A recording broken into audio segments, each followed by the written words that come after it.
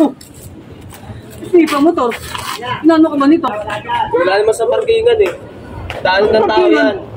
Dapat pinaparking nyo sa ng mga daan, ano? Ano mo ah? Hindi mo sipain. Bakit?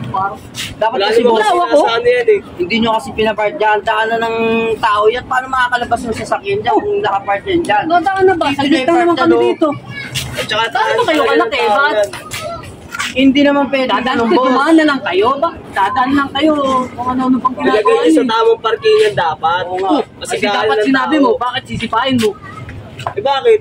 Gano'n mo kayo magagawa eh. Daanan ng tao yan eh. Iinggit lang yata kayo. Hindi kami naiingit. Bakit ba ano ba to? Ayos ba to? Motor. Ha? Baka palatan kita. Kapalag ba kayo? Eh ano, Huwag kasi kayo dito. dumaan lang kayo. Dito. Eh di Dadaan lang kayo. kasi parkingan Papakailaman yan nyo pa yung gamit dito Dito ah. nyo i-park ano. Diyan nyo yung parking sa tabi. Daanan ng tao Wala yan. na ano ito eh. Dapat pinaparking nyo sa tabi. Hindi yung sa... Dami nyong alam. Hindi sa daming alam. Dumaan lang kayo. Ayun nga eh. May kasama kasi Ayun nga, higit yung daanan ng ginagawa tao, niya eh. pero wala naman sa... Paano kami parkingan. dadaan eh? May nakaharang na ganyan. Eh, Alam dito nyo. nyo i-park dyan, boss. Ang ginagawa nyo, bumili kayo ng sarili nyong motor, tapos sipain nyo.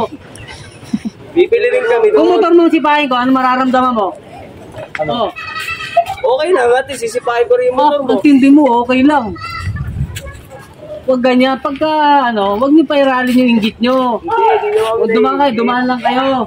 Hindi naman kami naiingit sa motor na yan. Sus! Kaya rin naman na kayo bumili ng ganyan eh. Kaya mo palang bumili, ba't di ka bumili? Sipain mo. Ito pa sisipain mo. Eh wala naman sa tamang parkingan kasi. Eh ano naman, lawak-lawak yan. Nakatabi na nga kami. Hindi naman, daanan ng tao yan. Dapat Ay, saka saglit lang naman parkingan ito. talaga. Ang pangit naman kung Grabe paparking itong mga yan, tao para kayo dito. mga siga dito eh. Wala ito mga to.